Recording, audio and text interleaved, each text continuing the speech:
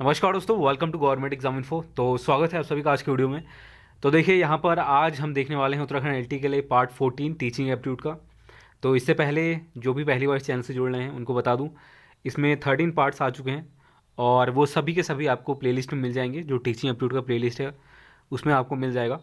तो वो सारे इंक्लूड कर दिए हैं मैंने। और इसके अलावा जो सब्जेक्ट के प्रीवियस ईयर पेपर जो हैं आपके, उसके भी मैंने कुछ सॉल्व कराए हैं, जैसे एलटी जर्नल, एलटी हिंदी और आई थिंक एलटी साइंस का भी मैंने करवाया है। तो ये 2-3 जो आपके पेपर हैं वो मैंने करवा दिए हैं। तो उनको अगर आप देखना चाहते हैं प्रीवियस ईयर पेपर, तो वो भी आपको मिल जाएगा वीडियो सेक्शन में, स्क्रॉल करके आप देख सकते हैं।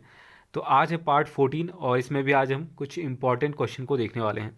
तो सारे क्वेश्चन आपको आंसर करके बताने हैं। और जो लोग टेलीग्राम से नहीं जुड़े हैं, लिंक आपको डिस्क्रिप्शन दिया गया है, वहाँ पर जाइए, ज्वाइन कर लीजिए। वहाँ पर सारी अपडेट्स के साथ साथ वीडियो वगैरह आपको दे दी जाएंगी। तो ग्रुप का नेम सेम है चैनल के नेम जैसा, GOV एग्जाम इन्फो। तो चलिए शुरू करते हैं और देखते हैं आज का पहला क्वेश्चन क्या है। तो यह रहा आज का पहला क्वेश्चन, इसको पढ़ते हैं। इसमें क्या पूछा गया है। First question is, student in a class are asked to assemble various artifact of their own work in a notebook to demonstrate what they can do for their society, what kind of activity is this. कक्षा में जो शिक्षार्थी हैं उनसे कहा गया है कि समाज के लिए वो क्या कर सकते हैं, इस चीज़ को दर्शाने के लिए या फिर दिखाने के लिए नोटबुक में अपने कार्य की जो अलग अलग आर्टिफैक्ट्स हैं उससे रिलेटेड, कि वो इस चीज़ को दर्शा पाएँ कि समाज के लिए वो क्या कर सकते हैं। यह जो है वो किस प्रकार की गतिविधि है। समझ गए होंगे क्वेश्चन। तो 4 ऑप्शन है, ऐसे type assessment, anecdotal records, problem solving assessment या फिर पोर्टफोलियो असेसमेंट। तो इनमें से कौन सा होगा, ये 4 ऑप्शन दिए गए हैं, आपको बताना है। तो अगर आपने 4th ऑप्शन सोचा है तो बिल्कुल सही सोचा है। पोर्टफोलियो असेसमेंट बिल्कुल सही आंसर है। देखिए इसमें स्टूडेंट को क्या होगा कि अपनी अचीवमेंट्स बतानी पड़ेंगी या फिर दिखानी पड़ेंगी नोटबुक में, जो अलग अलग आर्टिफैक्ट्स हैं, चित्र हैं या जो भी डायग्राम्स हैं उसकी मदद से। तो ये होगा आपका पोर्टफोलियो। ठीक, ऑप्शन 4th बिल्कुल जिन्होंने गैस किया था बिल्कुल सही है। इसके बाद नेक्स्ट क्वेश्चन देखते हैं। नेक्स्ट क्वेश्चन देखते हैं, इसमें क्या पूछा गया है। By placing student in the least restricted school environment the school, शिक्षार्थियों को सबसे कम प्रतिबंधित विद्यालय वातावरण में रखने के माध्यम से विद्यालय, पहला ऑप्शन है, लड़कियों और अलाभान्वित वर्गों के लिए शैक्षिक अवसरों को समान करता है, इक्वलाइज कर देता है सबके लिए, यह कह सकते हैं। दूसरा, वंचित वर्ग के बच्चों के जीवन को सामान्य करता है, जो इन बच्चों के समुदाय और अभिभावकों के साथ विद्यालय के संबंध को बढ़ा रहा है। तीसरा है, विज्ञान मेला और प्रश्नोत्तरी जैसी गतिविधियों में अलाभान्वित वर्ग के बच्चों को भागीदार बनाता है या फिर दूसरे बच्चों को संवेदनशील बनाता है कि वे अलाभान्वित बच्चों को दबाएं नहीं और उन्हें नीचा न दिखाएं। क्वेश्चन पूछा गया है कि अगर लीस्ट रिस्ट्रिक्टेड स्कूल एनवायरनमेंट होगा तो क्या होगा। तो फर्स्ट ऑप्शन अगर आपने सोचा है इसको पढ़ने के बाद तो बिल्कुल सही है, यानी कि जो लड़कियां और अलावान्वित वर्ग है इनको शिक्षण के समान अवसर इससे मिलेगा। ठीक है, रिस्ट्रिक्टेड स्कूल एनवायरनमेंट यानी कि लीस्ट रिस्ट्रिक्टेड स्कूल एनवायरनमेंट का मतलब है कि जहां पर रिस्ट्रिक्शन कम हो, ठीक है, एजुकेशन के मामले में, और डिस्टर्बेंस ना हो किसी तरह का। तो ये इसका मतलब है। तो फर्स्ट ऑप्शन आपका बिल्कुल सही है। इसके बाद अगला क्वेश्चन देखते हैं। अगला क्वेश्चन देखिए, इसमें पूछा गया कि reducing the time allotted to complete an assignment to make it coincide with time of attention and increasing this time in a phased manner will be best suited to deal with which of the following disorder. इनमें से ऐसा कौन सा disorder है जो suited होगा या उपयुक्त होगा, सर्वाधिक उपयुक्त होगा एकाग्रता समय के साथ मेल बैठाने के लिए, दिए गए कार्य को पूरा करने के लिए आवंटित समय को घटाना और चरणबद्ध तरीके से इस एकाग्रता समय को बढ़ाना। ठीक है, वो किसके लिए उपयुक्त है, कौन से डिसऑर्डर के लिए उपयुक्त है। ठीक है, एक और बार पढ़ लेते हैं।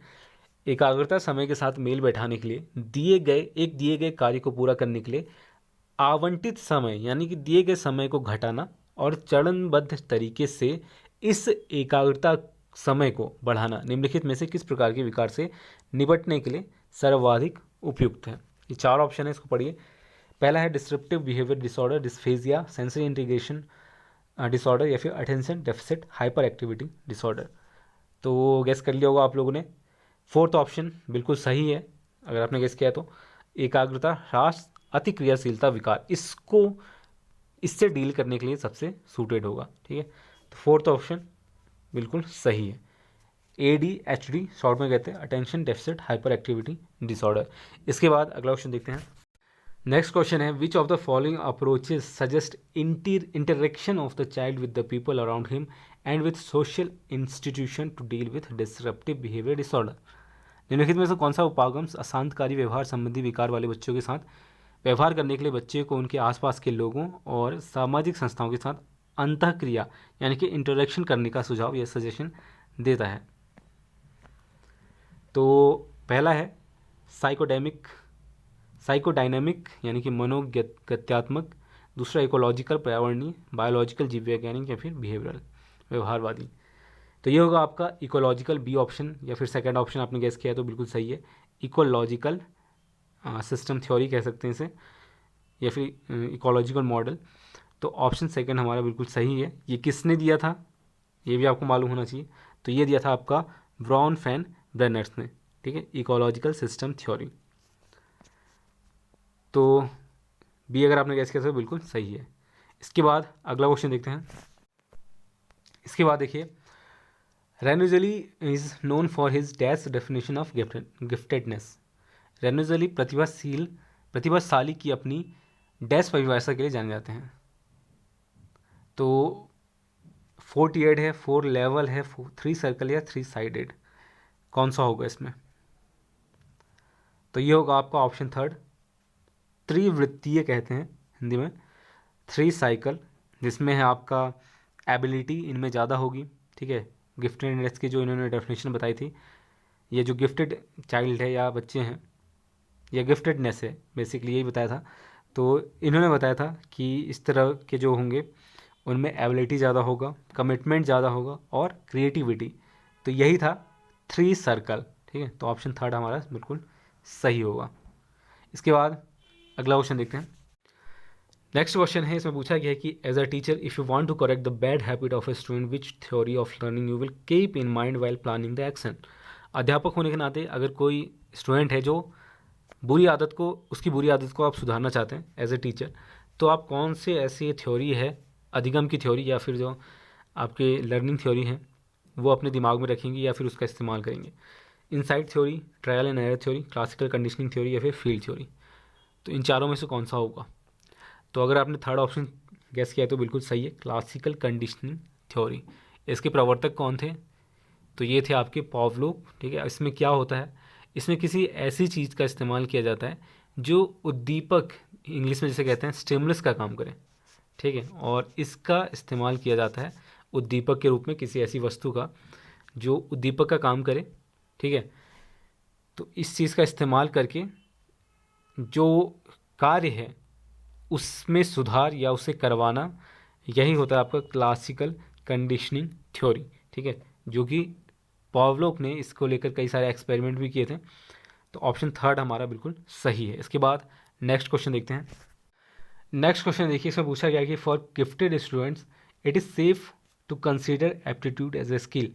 यानी कि जो प्रतिभाशाली शिक्षार्थी हैं इनके लिए पहला ऑप्शन है कि अभिक्षमता को कौशल के रूप में समझना सही है इनके लिए, या फिर प्रगति के निरीक्षण करने की आवश्यकता नहीं है ऐसे स्टूडेंट्स के लिए, शिक्षक को अनुकूलन करना चाहिए जैसे शिक्षार्थी में बदलाव आता है। यानी कि थर्ड ऑप्शन है the teacher should adapt as the student change, जैसे उसमें कोई परिवर्तन आता है उसको अडेप्ट करना चाहिए। फोर्थ है शिक्षक को पहल करनी चाहिए और समस्या समाधान में मुख्य भूमिका निभानी चाहिए। तो इनमें से कौन सा होगा गिफ्टेड स्टूडेंट्स के लिए? तो ये होगा आपका थर्ड ऑप्शन, यानी कि the teacher should adapt as the student change, जैसे ही कोई बदलाव आता है शिक्षार्थी में उसके अनुकूल या फिर उसके अकॉर्डिंग उस चीज़ को अडेप्ट करना चाहिए। थर्ड ऑप्शन हमारा बिल्कुल सही है। इसके बाद नेक्स्ट क्वेश्चन देखते हैं। इसके बाद है next question, which of the following is the most appropriate method to monitor the progress of children with learning disability. तो इनमें से अधिगम नियोक्ता वाले बच्चों की प्रगति का निरीक्षण करने के लिए कौन सा सबसे उपयुक्त पद्धति या तरीका है या मेथड है? पहला है केस स्टडी, दूसरा है आपका घटनावृत्त अभिलेख, इसके बाद है आपका थर्ड ऑप्शन में पूछा गया कि बिहेवियर रेटिंग स्केल या फिर संरचित व्यवहार परक अवलोकन, जिसे कहते हैं स्ट्रक्चर्ड बिहेवियरल ऑब्जर्वेशन। तो कौन सा होगा? तो इसका जो करेक्ट आंसर है वो है आपका फोर्थ ऑप्शन, यानी कि स्ट्रक्चर्ड बिहेवियरल ऑब्जर्वेशन। इसमें पहले से ही पॉइंट्स बना के रख लिए जाते हैं और उसके अकॉर्डिंग जो बिहेवियर है पॉइंट्स के अकॉर्डिंग उसको रिकॉर्ड किया जाता है, उसको लिखा जाता है या उसका ऑब्जर्वेशन किया जाता है। तो ये होता है आपका संरचित व्यवहार परक अवलोकन, structure behavioural operation. Fourth option हमारा बिल्कुल सही है, अगर आपने गेस किया था तो बिल्कुल सही था आपका। इसके बाद नेक्स्ट क्वेश्चन देखते हैं। इसके बाद है the best way to increase the chance of learning disable student to lead a full and productive life is by. ठीक है, तो जो निरोगता वाले बच्चे हैं, अधिगम निरोगता वाले बच्चे हैं, ऐसे बच्चों को पूर्ण और उत्पादक जीवन जीने के अवसरों को बढ़ावा देने का सबसे सही तरीका क्या होगा? तो ये होगा आपका 4 ऑप्शन है, इसको पढ़ते हैं एक बार। इस तरह के शिक्षार्थियों की कमजोरियों पर ध्यान केंद्रित करना, इस तरह के शिक्षार्थियों को उच्च अपेक्षाओं को बनाए रखना, विविध कौशलों और युक्तियों को शिक्षण करना जिससे सभी संदर्भों में लागू किया जा सकता है, या फिर इन बच्चों को अपने लक्ष्यों को निर्धारण करने के लिए प्रोत्साहित करना। ठीक है, तो बच्चा कैसा है? अधिगम निरोगता वाला है और फुल्ली प्रोडक्टिव बनाना है उसको अपने लाइफ को, तो किस तरह से इसके अवसर को बढ़ावा दिया सकता है? तो इसका राइट आंसर होगा ऑप्शन थर्ड, यानी कि teaching a variety of skill and strategy that can be applied across a range of context. ठीक है, विविध कौशलों और युक्तियों का शिक्षण करना जिससे सभी संदर्भों में लागू किया जा सकता है। तो थर्ड ऑप्शन हमारा बिल्कुल सही है। उच्च अपेक्षाओं को बनाए रखना, इससे कुछ नहीं होगा। ठीक है, इसके अलावा इस तरह के शिक्षार्थियों की कमजोरी पर ध्यान केंद्रित कर सकते हैं, लेकिन जो सबसे परफेक्ट आंसर है वो है third option, teaching a variety of skill and strategy that can applied across a range of contacts. Third option अगर आपने गेस किया था तो बिल्कुल सही है। इसके बाद अगला क्वेश्चन देखते हैं। नेक्स्ट क्वेश्चन है the cognitive behavioural skill of enabling the learner to understand the use of theoretical statement in real situation is called. संज्ञानात्मक व्यवहारगत कौशल के अंतर्गत विद्यार्थी को सैद्धांतिक कथनों के उपयोग को वास्तविक परिस्थिति में समझने के सक्षम बनाना कहलाता है। ठीक है, वास्तविक परिस्थितियों में समझने के सक्षम बनाना कहलाता है। ठीक है, जो सैद्धांतिक कथनों के उपयोग को वास्तविक परिस्थितियों में समझने को सक्षम बनाना कहलाता है। क्या कहलाएगा? तो जो थियोरटिकल चीज़ है उसे समझने के लिए रियल सिचुएशन में वो होगा आपका क्या? एनालिसिस होगा, सिंथेसिस होगा, अंडरस्टैंडिंग होगा या फिर अनुप्रयोग। तो बेस्ट तरीका क्या होगा? रियल लाइफ की बात की जा रही है या फिर रियल सिचुएशन की बात की जाए तो ये होगा आपका एप्लीकेशन। बी बिल्कुल सही आंसर होगा इसका। इसके बाद अगला क्वेश्चन देखते हैं। नेक्स्ट क्वेश्चन देखिए, according to socio culture theory of Vygotsky के सामाजिक सांस्कृतिक सिद्धांत के अनुसार, पहला ऑप्शन है संस्कृति और भाषा विकास में महत्वपूर्ण भूमिका निभाते हैं, यानी कि कल्चर और जो लैंग्वेज है वो दोनों ही विकास में महत्वपूर्ण भूमिका निभाते हैं, या फिर बच्चे अलग क्षेत्र में चिंतन करते हैं और वे पूर्ण परिप्रेक्ष्य नहीं लेते। तो तीसरा है यदि निम्न आयु पर अमूर्त सामग्री को प्रस्तुत किया जाए तो बच्चे अमूर्त तरीके से चिंतन करते हैं। स्वनिर्देशित वाक सहयोग का निम्नतम स्तर है। तो इनमें से कौन सा होगा? तो ऑप्शन फर्स्ट आपका बिल्कुल सही है, culture and language play a crucial role in a development. ठीक है, जो विकास है उसमें संस्कृति और भाषा जो है एक क्रूशियल रोल अदा करते हैं या फिर निभाते हैं। तो फर्स्ट ऑप्शन अब अगर आपने गेस किया था तो बिल्कुल सही था। ठीक है, ये है आपका वाइगोत्स्की के सामाजिक सांस्कृतिक सिद्धांत के अनुसार। इसके बाद अगला क्वेश्चन देखिए। इसके बाद है to explain, predict and control phenomena are the goals of. व्याख्या, अनुमान और नियंत्रण परिकल्पना डैश के लक्ष्य हैं। पारंपरिक तर्कणा या फिर इंडक्टिव रीजनिंग, रिडक्टिव रीजनिंग या फिर साइंटिफिक मेथड। क्या है इसमें पूछा गया? To explain, predict and control phenomena. ठीक है, एक्सप्लेन और प्रेडिक्ट और कंट्रोल जो फिनोमिना है वो क्या है? तो ये होगा आपका दिस साइंटिफिक मेथड, वैज्ञानिक पद्धति जिसे एक्सप्लेन किया जा सके, प्रेडिक्ट किया जा सके और जो घटना है या जो फिनोमिना है उसे कंट्रोल किया जा सके। तो ये होगा आपका वैज्ञानिक पद्धति। ठीक, फोर्थ ऑप्शन अगर आपने सोचा था तो बिल्कुल सही था। इसके बाद अगला क्वेश्चन देखिए।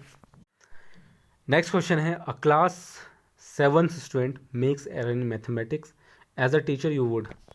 तो एक विद्यार्थी कक्षा 7 का जो त्रुटियां करता है गणित में एक शिक्षक के रूप में आप क्या करेंगे? सीधे उत्तर बता देंगे? मैथ्स में तो डायरेक्ट आंसर बताने से कुछ नहीं होगा।